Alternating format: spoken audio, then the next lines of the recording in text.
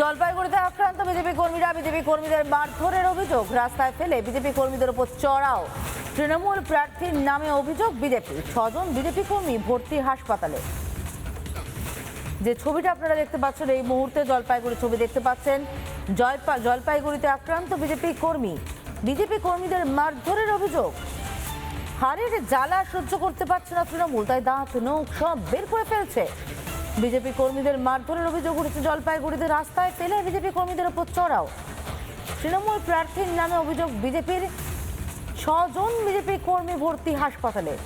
জলপাইগুড়িতে ঠিক মুখ থুবড়ে পড়েছে তৃণমূল এবং তারপরেই দাঁত নখ বের করা শুরু। তৃণমূলের গুন্ডামি চলছেই। জলপাইগুড়ির ছবি দেখতে পাচ্ছেন, বিজেপি কর্মীরা আক্রান্ত, 6 জন ভর্তি হাসপাতালে, মাথাতেও চোট লেগেছে।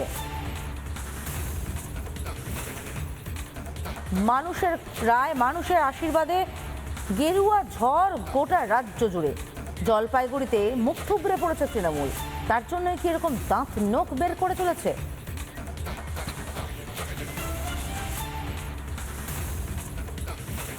মানুষ আজকে জেতার পরে এরা তাকে করে মন্দিরে যাচ্ছে, হঠাৎ করে ওর বাড়ির থেকে কম করে 20 থেকে 30 জন হাতে বন্দুক এবং পিস্তল, ধনুক, ভোজালি, রড, বাঁশ দিয়ে এমনভাবে এদের উপরে ধাওয়া করলো।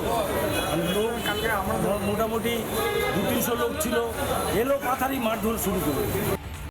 নানা ধরনের কন্টেন্ট দেখার জন্য লাইক করুন, শেয়ার করুন আমাদের ফেসবুক পেজ, সাবস্ক্রাইব করুন আমাদের ইউটিউব চ্যানেল। পাশাপাশি অন্যান্য ব্রেকিং নিউজের জন্য অবশ্যই চোখ রাখুন রিপাবলিক বাংলায়।